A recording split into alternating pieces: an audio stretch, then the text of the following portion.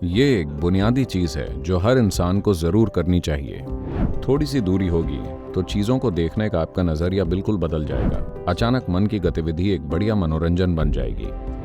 अचानक आप पाएंगे कि आप अपने शरीर और अपने मन का इस्तेमाल किसी भी तरह कर पा रहे हैं। अब वो फिर से अपना हुक्म नहीं चला पाएंगे।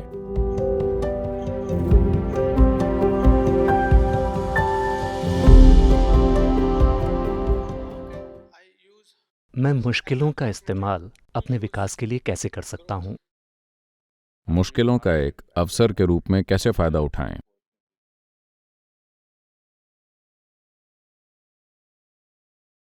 जब हम मुश्किल कहते हैं तो जीवन में सिर्फ शारीरिक मुश्किलें आ सकती हैं।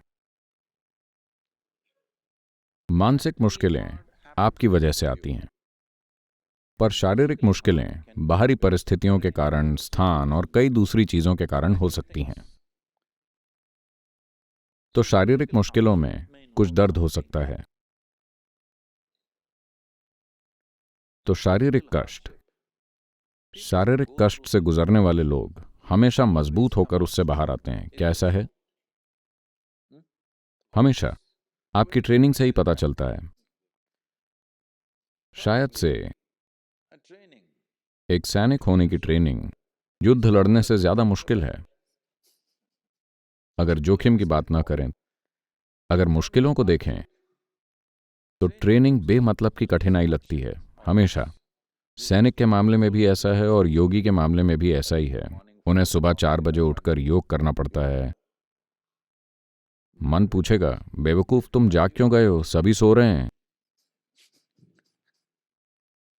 है ना? योगी के लिए भी यही समस्या है।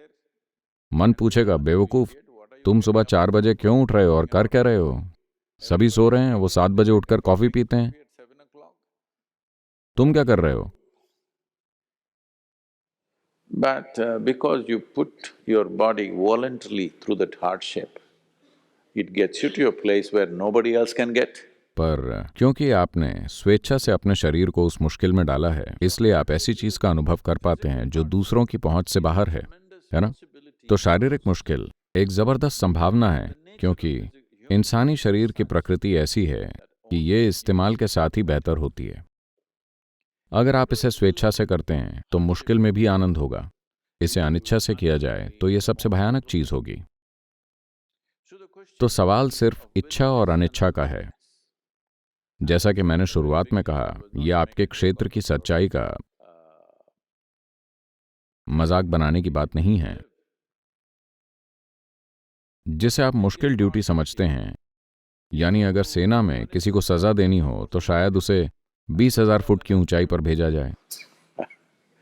But लेकिन जो लोग पहाड़ों पर चढ़ते हैं, जो 20,000 फुट तक चढ़ते हैं, उन्हें लगता है कि वो शानदार है ना?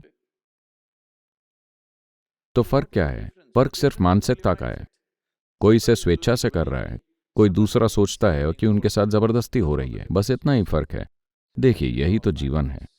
हम जहां कहीं भी हैं, जो कुछ भी जीवन के किसी भी पल में, अगर हम कोई काम अपनी इच्छा से करते हैं तो वो स्वर्ग के समान है। जो काम हम इच्छा से नहीं करते वो नरक है ना? कुछ भी, चाहे कुछ भी हो। क्या आपको गुलाब जामुन पसंद है? नहीं, मैं इन ऑफिसर से पूछ रहा हूं, क्या आपको गुलाब जामुन पसंद है? तो अभी मैं ढेर सारे गुलाब जामुन लाने वाला हूं और मैं ज्यादा से ज्यादा गुलाब जामुन आपके मुंह में डालने वाला हूं। यह आपके जीवन का सबसे बुरा अनुभव बन सकता है ना? जब आप गुलाब जामुन खाना चाहते हैं और आप उसे अपनी इच्छा से उठाकर खाते हैं तो बहुत अच्छा लगता है। जब आप नहीं खाना चाहते, तब अगर कोई उन्हें आपके मुंह में ठूंसने लगे तो भयानक होगा। तो फर्क केवल इच्छा और अनिच्छा का है। यही वो बुनियादी चीज है जो हर मनुष्य को करनी चाहिए। अभी देखिए, हम जो कुछ भी करें, अगर मेरे पास कोई विकल्प होता तो मैं कुछ और करता, लेकिन अभी मैं ये कर रहा हूं। मान लीजिए मैं जो कुछ भी कर रहा हूं, अगर उसे इच्छा से किया जाए तो जो चीज आपको पसंद नहीं है वो भी एक शानदार प्रक्रिया बन जाएगी। अगर उसे अनिच्छा से किया जाए तो आप देखेंगे कि वो एक भयानक प्रक्रिया बन जाएगी। पर जो मुझे पसंद नहीं है उसे मैं अपनी इच्छा से क्यों करूं? ठीक है, अगर आपको पीड़ित होना पसंद है तो ठीक है। अगर आपको पसंद नहीं आता तो कल ऐसा ना करें। पर आज जब आप इसे कर रहे हैं तो इच्छा से करें। अगर आप इसे स्वेच्छा से करते हैं तो वो चीज़ भी जो आपको लगता है कि आपको पसंद नहीं है, वो भी एक बड़ी खुशी और विकास की एक प्रक्रिया बन जाएगी। तो निश्चित तौर पे शारीरिक मुश्किलों से बड़े पैमाने पर खुद में संतुलन और खुशहाली लाई जा सकती है। मानसिक मुश्किलें पूरी तरह से आपकी बनाई हुई हैं। कोई दूसरा आपके लिए मानसिक मुश्किलें नहीं पैदा करता, केवल आप ही अपने साथ ऐसा कर सकते हैं, है ना? इसे रोकने के लिए, जैसा कि मैंने कहा, ईशा क्रिया आप सभी को करनी चाहिए, क्योंकि इससे आपको थोड़ी दूरी मिलेगी।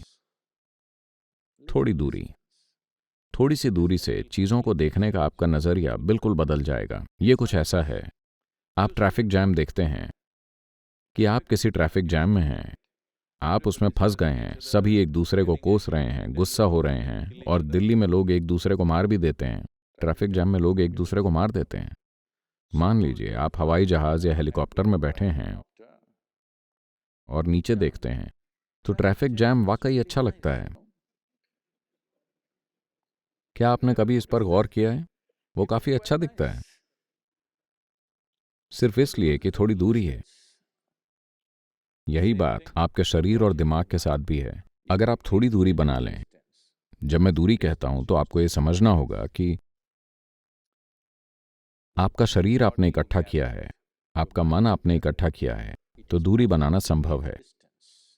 अगर आप थोड़ी दूरी बना लेते हैं तो अचानक मन की गतिविधि एक बढ़िया मनोरंजन बन जाएगी। मन सकारात्मक नहीं होगा, न ही नकारात्मक होगा, बस एक अच्छा मनोरंजन होगा। ये नकारात्मक या सकारात्मक तभी होता है जब आप इसमें फंस जाते हैं। इससे थोड़ा बाहर जाने के बाद अचानक आप पाते हैं कि आप अपने शरीर और मन का उपयोग किसी भी तरीके से कर पा रहे हैं, फिर वो आप पर हुक्म नहीं चलाएगा। तो शारीरिक मुश्किलों का जरूर फायदा उठाया जा सकता है। वो किसी इंसान को ताकत और खुशहाली के गहरे स्तर तक ले जाने के लिए एक बड़ा अवसर हो सकता है। मानसिक कष्ट आपके अपने बनाए हुए हैं, आपको उन्हें रोकना होगा।